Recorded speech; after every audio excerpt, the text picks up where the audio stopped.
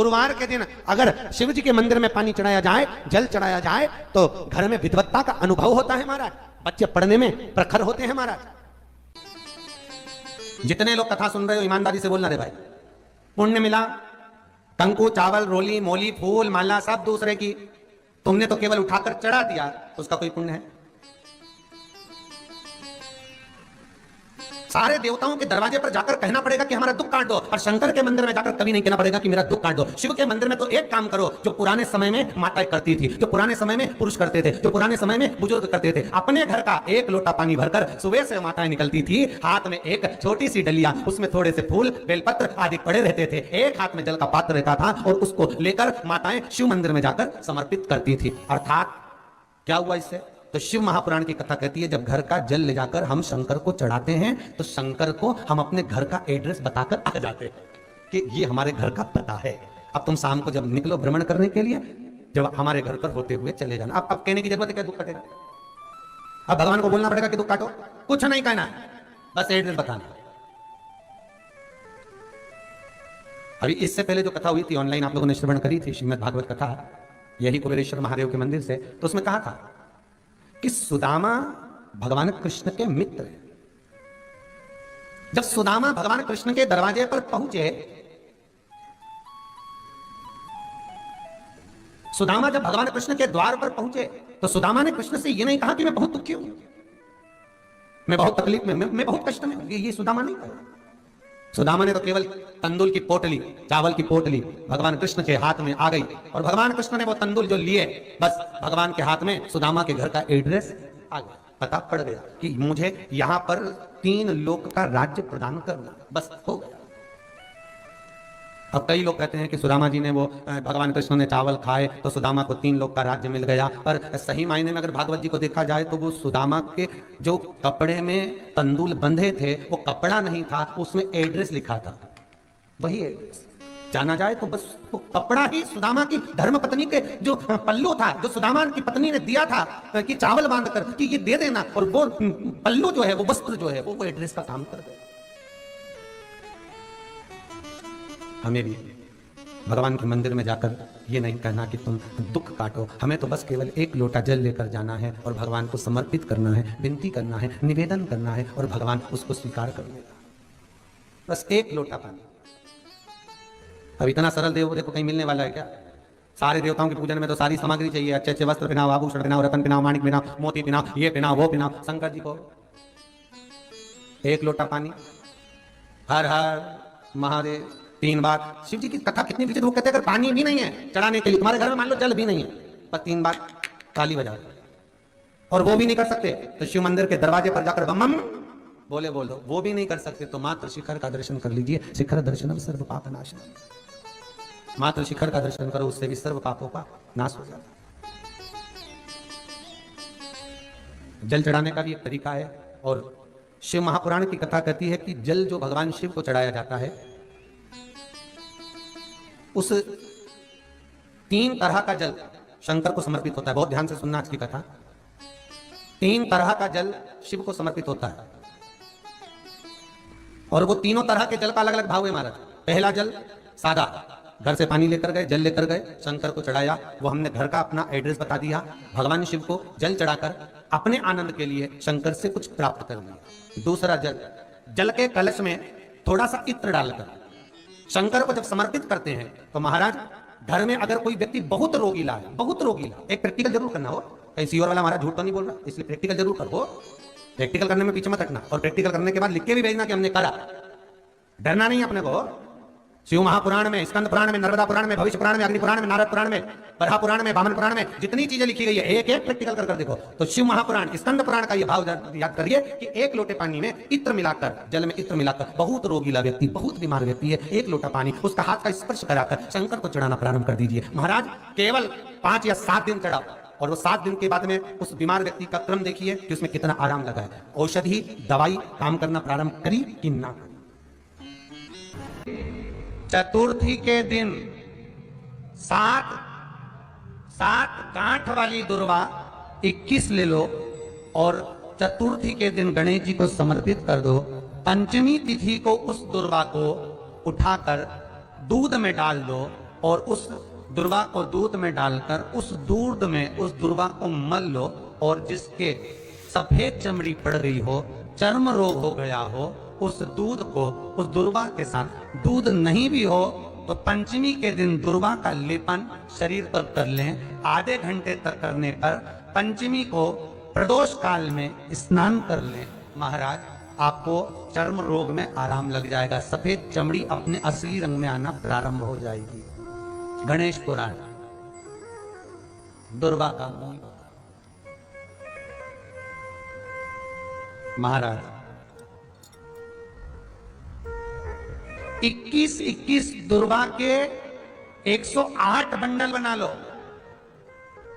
अगर एग्जाम में बैठ रहे हो, सरकारी परीक्षा में बैठ रहे हो, पास नहीं हो रहे, नौकरी नहीं लग रही, बहुत जगह इंटरव्यू दे दिया, 21 दुर्वा के 108 बंडल बनाओ, उसकी माला बनाओ, और देवी के मंदिर में, माता जगदम्बा के मंदिर में, अर्थात जहां शंकर पार्वती पूर्ण परिवार विराजमान हो, ऐसे देवी के मंदिर में गणेश जी के गले में वो माला अर्पण करिया है, अपना नाम बोलकर और जिस एग्जाम में बैठ रहे हैं उसका भाव वर्णन कर महाराज, और वहीं से एक पुष्प लेकर अपने कमरे में जहां पढ़ते हो, कांच की प्लेट में उस फूल को रख दीजिए और दूसरे दिन एग्जाम के लिए चले जाइए। आपको उसका फल अवश्य मिलेगा, अवश्य मिलेगा, आप उसमें उत्तीर्ण होंगे, फल प्राप्त होगा। दुर्गा सुख का अनुभव करा दे, आनंद का, घर में शांति ही ना रहती हो, सुख ही नहीं है, क्लेश 24 घंटे बना हुआ है, घर में ना कोई बात ना कोई प्रसंग, उसके बाद भी सबका मुंह फूला हुआ है, उसके बाद भी सबका चेहरा उतरा हुआ है।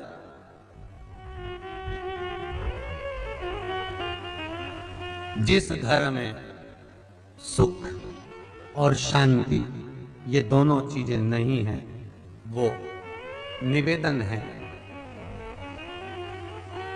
लाल वस्त्र में लाल फूल रखकर उसमें थोड़ा धना, धना जानते हो, वो खड़ा धना आता है, धना पाउडर नहीं, धना, हरा धना,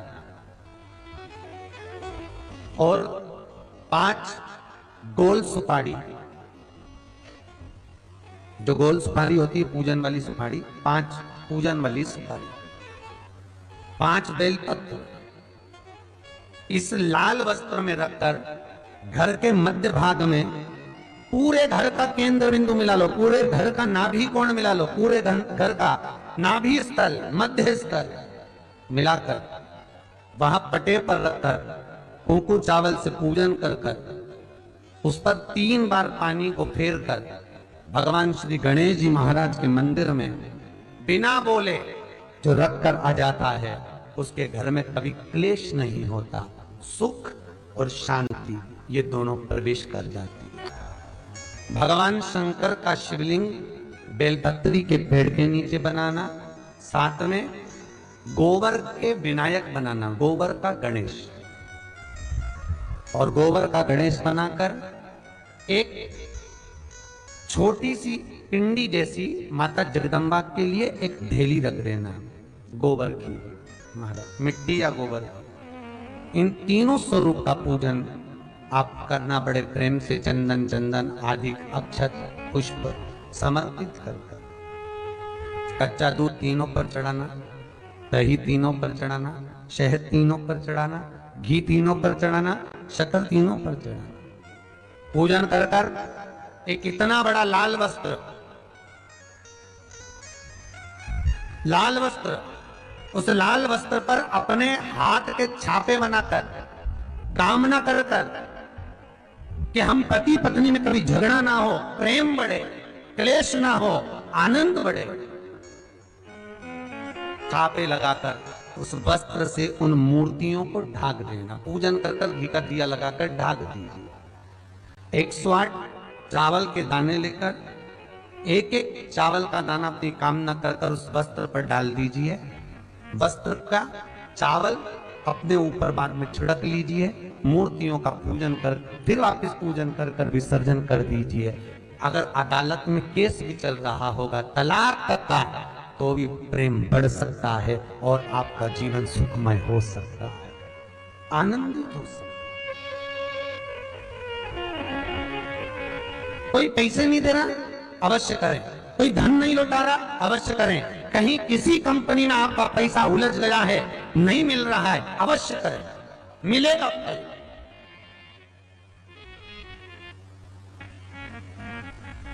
लाखों रुपए डूब रहे हैं, एक बार करने में क्या जाता है, निकल आएगा पैसा, काम ना कर कर कर। है दुर्वा, क्या प्रियता है? दुर्वा। कितनी दुर्वा गणेश जी को समर्पित करी जाती है? मात्र 5। कितनी?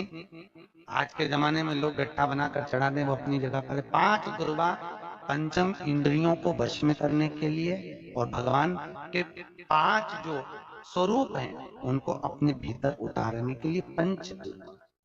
और दुर्वा में भी 3 गांठ।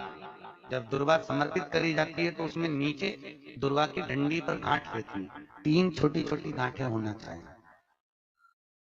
कितनी गांठ? जो भगवान को समर्पित करी जाती है। गणेश जी का जो दांत टूटा है उस दांत की ओर गणेश जी को दुर्वा समर्पित करी जाती है। इसलिए हमारे करा करो, अगर घर में संपदा लक्ष्मी नहीं आ रही हो, व्यापार व्यवसाय नहीं चल रहा हो, नौकरी सर्विस नहीं मिल रही हो, बहुत तकलीफ हो, 7 बेलपत्री केसर को घिसकर चंदन बनाकर बेलपत्री पर बीच वाली पत्ती पर ओम लिखना है। दोनों पत्तियों पर भी एक आद्यशक्ति जगदम्बा के नाम की केसर की बिंदी लगाना है, दूसरे में श्री गणेश रिद्धि सिद्धि के नाम की बिंदी लगाना है। शिव जी पर समर्पित करते जाना, शंकर को चढ़ाते जा। हमने कहा गणेश जी फ्री रहने का केवल एक समय होता है, एक टाइम होता है, एक पल होता है, एक घड़ी होती है कि गणेश जी महाराज हमारे घर में आ गए। गणेश जी की सबसे पहली जो आरती हो, उस आरती के समय पर अगर धूप बत्ती जलाई जाए या गोबरी को जलाकर उसमें गूगल छोड़ी जाए और गूगल छोड़ने के बाद गणेश जी का नाम ध्रुम वर्ण कह दिया जाए तो गणेश जी को तुम्हारे घर की पूजा स्वीकार करना पड़ती है। बस वो समय हम जानते, हम तो बस उतना जानते हैं कि शिव महापुराण में लिखा और मुद्गल पुराण में लिखा, गणेश पुराण में लिखा, गणेश जी का एक नाम होता है ध्रुम वर्ण। क्या नाम है? ध्रुम वर्ण गणेश जी का एक नाम होता है। जब हम धूप जलाकर और धूप लगाने के बाद में गणेश जी की सबसे पहली आरती करने के पहले अगर हम सबसे पहली आरती गणेश जी की कर रहे हो, अपने घर में स्थापना कर रहे हो, बिठा रहे हो और तुम चाहते हो कि गणेश जी मेरे घर में आके मेरी पूजा को स्वीकार करें और जो मांगू मेरा गणेश मुझे दे 10 दिन के अंदर, तो पहला नाम लेकर पुकार लेना ध्रुम वर्ण विनायक, बैठो, बस काम हो गया। वो फ्री होकर आता तो बैठता, अलमस्त काम। मुझे जल में विसर्जन करेगा, मेरा ताप तो मिटेगा ही, साथ में जो मुझे जल में विसर्जन करेगा उसके जीवन के भी ताप को मैं मिटा दूंगा। जहां गणेश जी बिठा, गणेश जी के आसपास में कम से कम एक हल्दी की और एक कुंकू की 2 बिंदी अवश्य लगाना चाहिए, रिद्धि और सिद्धि के लिए। कारण क्या होता है कि जब हम गणेश जी का विसर्जन करते हैं तब हमारे घर में से रिद्धि सिद्धि नहीं जाना चाहिए। जब हम गणेश जी का विसर्जन करें तो वो जो 2 बिंदी हमने हल्दी और कुंकू की लगाई है वो रिद्धि सिद्धि के रूप में हमारे घर में रहना चाहिए। कि बहू हमारे घर में, बेटा भले कहीं पर भी जाए घूम फिर कर वापिस आएगा, बेटा भले जाए फिर आ जाएगा, कोई कार्य से गया होगा, कोई कारण से गया होगा। तो गणेश जी बिठाने वालों को ये स्मरण होना चाहिए कि गणेश जी का विसर्जन होकर रिद्धि सिद्धि का विसर्जन, स्मरण होना चाहिए कि गणेश जी का विसर्जन होकर रिद्धि सिद्धि का विसर्जन। 2 बिंदी जहां गणेश जी बिठाए उस दीवार पर हल्दी और कुंकू की लगा दीजिए कि रिद्धि सिद्धि हमारे घर में। गणेश जी वहां से उड़ भी गए, गणेश जी वहां से चले भी गए, गणेश जी वहां से विसर्जन भी हो गए, तो रिद्धि सिद्धि हमारे घर में, क्योंकि बहू का घर में होना जरूरी है, रिद्धि सिद्धि का घर में होना जरूरी है। और जहां रिद्धि सिद्धि होगी गणेश जी वहां आएंगे ही, निश्चित है। रिद्धि सिद्धि का होना जरूरी है। घर में अपने जहां गणेश जी बैठे वहां पर 2 बिंदी, एक हल्दी की एक कुंकू की, 2 बिंदी ये भाव से लगाए। अगर बिंदी नहीं लगाना तो 2 स्वस्तिक बनाए, 2 स्वस्तिक बनाए, वो भी रिद्धि सिद्धि का। हिंदू धर्म में 2 तरह के गणेश जी का प्रमाण कहा जाता है, एक राइट सूंड के गणेश, एक लेफ्ट सूंड के गणेश। राइट सूंड का जो गणेश होता है वो घर में रखा जाता है, और लेफ्ट सूंड का जो गणेश होता है तो अपने ऑफिस में, व्यापार की जगह पर, दुकान में, धंधे में, पानी में, सर्विस में, नौकरी में लेफ्ट सूंड का गणेश रखा जाता है। जिसकी दुकान, व्यापार, व्यवसाय में अगर राइट सूंड का गणेश रखा जाता है तो लक्ष्मी आती है पर टिकती नहीं। इसलिए घर में सीधी सूंड का गणेश, और दुकान, व्यापार, व्यवसाय में, ऑफिस में उल्टी सूंड का, 2 गणेश। तो इसका मतलब ये थोड़ी ना कि तुम्हारे घर में गणेश जी बैठा तो तुम उठा के वो बदल लिया यहाँ कहें। तो गणेश जी की 2 धर्म पत्नियां, वैसे तो गणेश जी की कुल मिला के 5 पत्नी। कितनी है? गणेश जी की 5 पत्नी। पहली श्री, दूसरी तुष्टि, तीसरी पुष्टि, चौथी रिद्धि और 5वीं सिद्धि। ये व्यक्ति के नाम के आगे जो लिखा रहता है ना, श्रीमान, ये श्री संबोधन कहाँ से आया? और एक पीछे लिखते हैं, जैसे नाम के आगे लिखते हैं श्री और पीछे लगाते हैं जा में ई की मात्रा जी। लिखते हैं कि इधर नहीं लिखते? लिखते हैं श्रीमान अग्नि प्रसाद जी, श्रीमान बद्री प्रसाद जी, श्रीमान हरीश प्रसाद जी। तो श्री आगे क्यों आया और जी पीछे क्यों आया?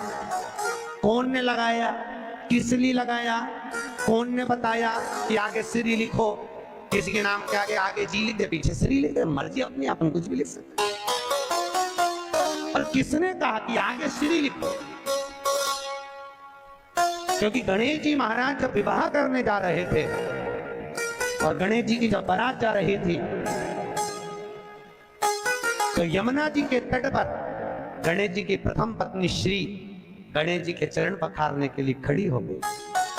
और प्रथम गिनती में जब गणेश जी चलने लगे तो श्री ने उनके चरण को रोक लिया और कहा, प्रभु मैंने आपका आवाहन करा है, मैं आपको अपने पति के रूप में देखती हूँ। भगवान गणेश जी ने कहा, तूने प्रथमता में मुझे पाया है, जिसके नाम के आगे तेरा संबोधन लगा रहेगा वो जगत में प्रसिद्ध होता चले जाएगा। इसलिए श्रीमान लिखा जाता है। जिसके घर में भगवान गणेश की नृत्य की मूर्ति लगी रहती है, उस घर में जितने भी परिवार के लोग रहते हैं वो कहीं ना कहीं 24 घंटे काम में लगे रहते हैं, पर उनको शांति रत्ती भर की नहीं मिलती है। तो शोक चला, गणेश जी ढोल बजा रहे हैं, वो मूर्ति का फोटो घर में लगा दिया।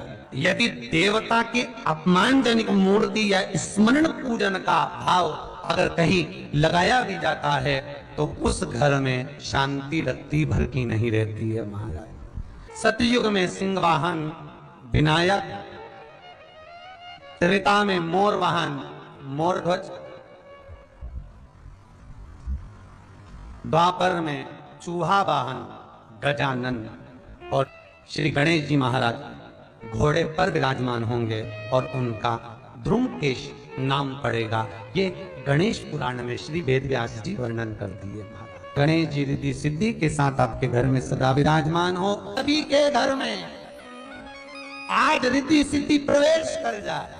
आप सबके घर में बुद्धि के देव गणेश जी के साथ इतनी रिद्धि सिद्धि आए कि आप भी अपनी जिंदगी में खूब शिव महापुराण की कथा, जैसे सोमवंशी परिवार करा रहा है हरदोई उत्तर प्रदेश से, आप भी अपने जीवन में एक बार शिव महापुराण की कथा करवा। चतुर्थी का व्रत करने वाली जो माताएं होती हैं, जो चतुर्थी का व्रत करती हैं, आज भी चतुर्थी मान्य हो रही होगी, तो चतुर्थी का जो व्रत करने वाली होती हैं, जो चतुर्थी का पूजन करने वाली होती हैं, उनके भीतर का एक भाव होता है कि जैसे ही शाम का समय आए चंद्रदेव का पूजन करें, चंद्र जब प्रकट हो जाए, कलश भर लिया, उसके नीचे आका दाना रख दिया, चावल गेहूं जो भी आप रखते हो पूजन के लिए, ऊपर पात्र आदि रख दिया जलाशय, फिर अपन ने एकिका दिया लगाकर पूजन भी कर ली। तो जो चतुर्थी का पूजन करने वाली होती है, जो चतुर्थी का नियम व्रत धारण करने वाली होती हैं, बड़ी बड़ी चतुर्थियां करती हैं या उसका नियम धारण करती हैं, तो चतुर्थी का जो पूजन करती है वो किस चीज के लिए होता है? केवल संतान, पुत्र,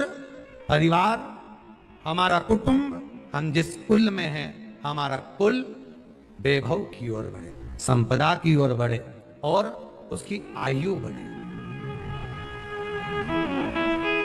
उसकी आयु बढ़े, वैभव बढ़े। बहुत ध्यान दीजिएगा महाराज, चतुर्थी के पूजन में जो आप आका दाना रखते हो, गेहूं वगैरह कुछ भी जो रखते हो, उसकी बड़ी महत्वता होती है महाराज।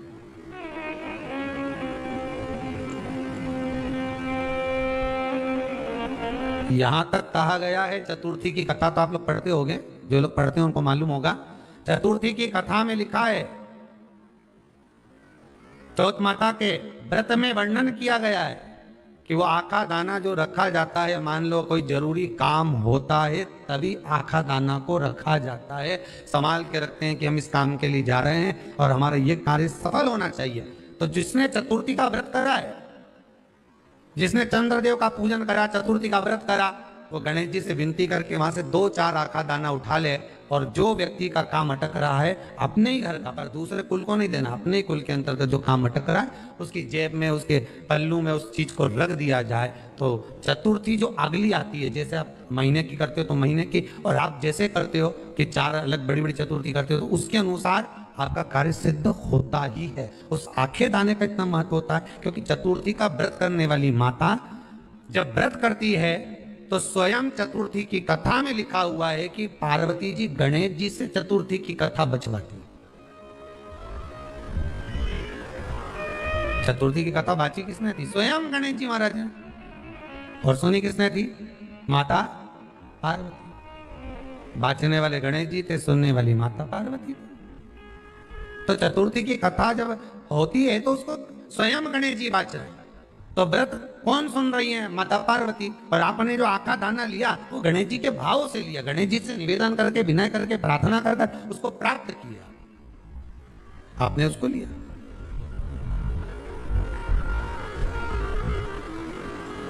फल प्रदान कर देता है, कार्य की सिद्धता देता है। और एक और चीज ध्यान रखिएगा, जिसको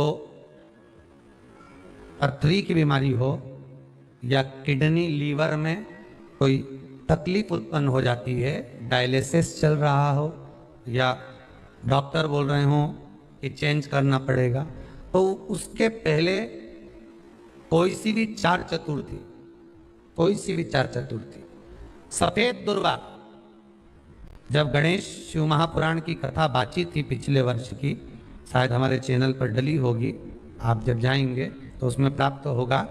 तो सफेद दुर्वा, और दुर्वा का भी वर्णन करा था कि दुर्वा कहां से उत्पन्न हुई थी, दुर्वा का भी व्याख्यान वर्णन करा था कि दुर्वा का महत्व क्या है, इसको अमृत क्यों कहते हैं, उसका भी वर्णन करा गया था कि सारे पेड़ पौधों को काट कर पटक दो, सूख जाते हैं, पर दुर्वा को पहले काट लिया, 1 साल बाद वापिस ले जाकर डाल दो और पानी के अंदर दुर्वा हरी हो जाती है, अमृत कहते हैं उसको। तो उसमें सफेद दुर्वा, जिसका किडनी लीवर का प्रॉब्लम होता हो, उसको सफेद दुर्वा बालचंद्र का स्मरण कर कर 7 बार घुमाकर वो सफेद दुर्वा सुबह के समय खाली पेट थोड़ी सी दुर्वा का भाग दांतों से चबा चबा कर उसको निगल लेना चाहिए। पथरी होती है तो 15 से 20 दिन में वो बाहर निकल जाती है, किस मार्ग से निकले, यूरिन आदि के माध्यम से वो बाहर हो जाती है। और अगर किडनी लीवर की प्रॉब्लम होती है, डायलिसिस चल रहा होता है, तो उसमें भी आपको सुख की प्राप्ति होती है। हफ्ते में अगर 2 डायलिसिस हो रहे हैं तो हो सकता है बाबा चाहेगा विश्वनाथ तो 1 कर देगा, धीरे धीरे उसको फिर 4 चतुर्थी कर लीजिए। सफेद दुर्वा का, सफेद दुर्वा कहाँ मिलती है? तो कहा जहां जलाशय होता है, जहां कुआं हो, बावड़ी हो, तालाब हो, पानी जहां भरा रहता है, उसके नजदीक में सफेद दुर्वा उत्पन्न हो, सफेद दुर्वा वहां रहती है। सफेद दुर्वा का शिव कथा कर रही है, अगला वर्णन किया है भगवान। तो बालचंद्र चतुर्थी का स्मरण करते हुए कहा कि आप जो व्रत कर रहे हो उस व्रत की पूर्णता में जिस भगवान का भजन कर रहे हो उस भगवान से पूर्ण फल की कामना हो आप। उन्होंने पूछा गणेश जी फ्री कब रहते हैं? तो हमने कहा अब ये तुम्हारे ऊपर है, हमको तो मालूम भी नहीं, हम तो अपॉइंटमेंट लिए भी नहीं है उससे, तो तुम्हें ज्यादा स्मरण हो। तो आप शंकर जी की कथा करते हो, आपको नहीं मालूम कि गणेश जी कब फ्री रहते हैं? हमने कहा गणेश जी फ्री रहने का केवल एक समय होता है, एक टाइम होता है, एक पल होता है, एक घड़ी होती है कि गणेश जी महाराज हमारे घर में आ गए। गणेश जी की सबसे पहली जो आरती हो उस आरती के समय पर अगर धूप बत्ती जलाई जाए या गोबरी को जलाकर उसमें गूगल छोड़ी जाए और गूगल छोड़ने के बाद गणेश जी का नाम ध्रुम वर्ण कह दिया जाए तो गणेश जी को तुम्हारे घर की पूजा स्वीकार करना पड़ती है। बस वो समय हम जानते। नवरत्न ठंडा पाउडर कर कह दिया जाए तो गणेश जी को तुम्हारे घर की पूजा स्वीकार करना पड़ती है। बस वो समय हम जानते। हम तो बस उतना जानते हैं कि शिव महापुराण में लिखा और मुद्गल पुराण में लिखा, गणेश पुराण में लिखा, गणेश जी का एक नाम होता है ध्रुम वर्ण। क्या नाम है? ध्रुम वर्ण। गणेश जी का एक नाम होता है। जब हम धूप जलाकर और धूप लगाने के बाद में गणेश जी की सबसे पहली आरती करने के पहले अगर हम सबसे पहली आरती गणेश जी की कर रहे हो, अपने घर में स्थापना कर रहे हो, बिठा रहे हो और तुम चाहते हो कि गणेश जी मेरे घर में आके मेरी पूजा को स्वीकार करें और जो मांगू मेरा गणेश मुझे दे 10 दिन के अंदर, तो पहला नाम लेकर पुकार लेना ध्रुम वर्ण विनायक, बैठो, बस काम हो गया। वो फ्री होकर आता, वो बैठता, अलमस्तता में। अब वो हमसे पूछे समय क्या है? हमने कहा देखो हमको तो मालूम नहीं, बस इतना जरूर जानते हैं कि ध्रुम वर्ण नाम के मेरे विनायक जो जिनके शरीर से भक्तों के ताप मिटाने के लिए अग्नि तेज निकलता रहता है, जिनके शरीर से धुएं की भांति अग्नि प्रकट होती रहती है।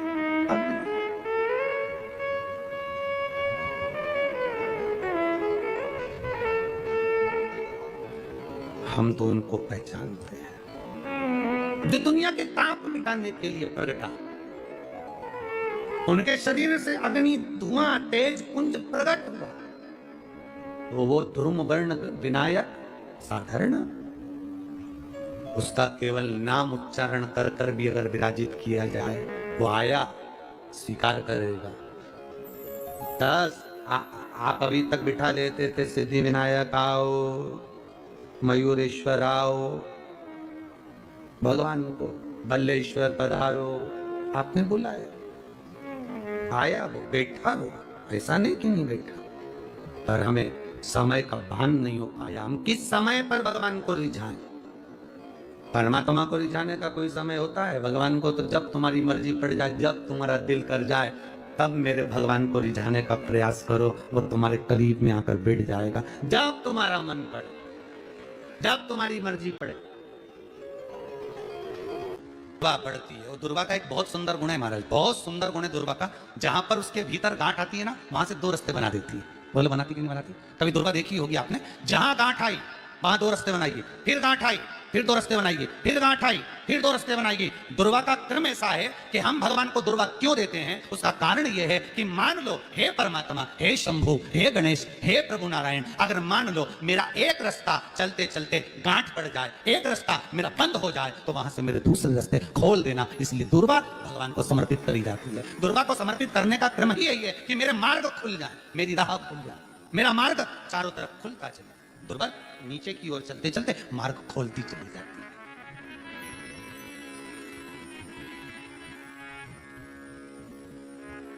अमृत है ये, इसलिए नष्ट नहीं होती।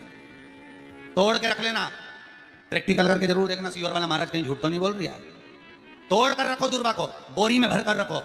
4 साल 6 महीने 8 महीने बाद सूख जाए, बेकार हो जाए, उसके बाद भी उसको खेत में बगीचे में कहीं ले जाकर पटक देना, 8-15 दिन पानी देना, देखो फिर वापस वही हरी की हरी होना, वही कहीं ना कहीं से स्फुटित होते फिर आगे बढ़ना चालू कर देगी। उसका तत्व है अमृत, वो अमर है, मरती नहीं, फिर चालू। शिव कहते हैं यही अमरता है। यही अमरता है कि दुख आया तो मरने की नहीं सोचना, तकलीफ आई, कष्ट आया, रोग आया, बीमारी आई, थोड़ा सा तकलीफ आ गई, थोड़ी बीमारी आ गई, थोड़ा दुख आ गया तो ये मत सोचना हमें मरना है, नहीं नहीं नहीं, अभी तो और जीना है। तो किस लिए जीना है? कोई कहेगा इसको कहीं आसक्तियां होंगी, घर की, परिवार की, कुटुंब की, कबीले की, इसलिए जीना चाहती है, इसलिए जीना चाहता नहीं।